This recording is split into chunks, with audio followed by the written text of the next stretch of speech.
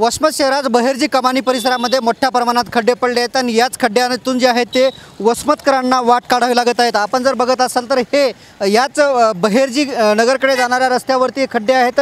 नांदेड हिंगोली राज्य महामार्गावरती हा रस्ता आहे आणि या रस्त्या वसमत शहराच्या मध्यभागी असलेल्या या रस्त्यावरती मोठ्या प्रमाणात खड्डे पडलेले आहेत।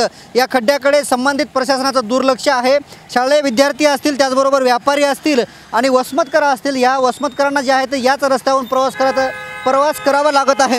वसमत याच बहेरजी कमानी परिसरातच नव्हे तर अख्ख्या वसमत शहरामध्ये जिकडे पाहाल तिकडे अशा प्रकारे पाणी साचलेलं आहे। कुठेतरी नगरपालिकेचं याकडे दुर्लक्ष आहे आणि परभणी नांदेड रस्त्यावरती जे आहे ते बसस्टँड आणि या बसस्टँडचं काम सुरू आहे। बसस्टँडपासून इकडं बहेरजी कमानीपर्यंत हे रस्ता जो आहे तो असा झालेला आहे, जागोजागी खड्डे पडले। आपण जर इकडे दुसऱ्या बाजूला पाहिलं तर ह्या ठिकाणी व्यापाऱ्यांचं कॉम्प्लेक्स आहे आणि या कॉम्प्लेक्सच्या परिसरामध्ये मोठ्या प्रमाणात आपल्याला चिखल दिसत आहे।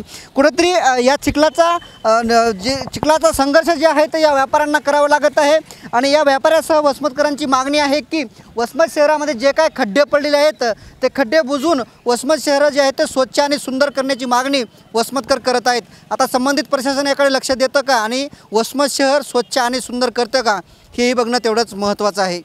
कॅमेरामॅन ज्ञानेश्वर वानखेडेसह मी रमेश चेंडके, TV9 मराठी, वसमत, हिंगोली।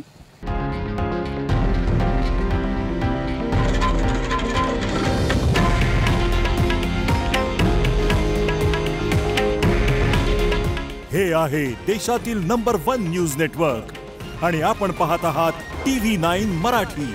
काळजी तुमची, हित महाराष्ट्राचं।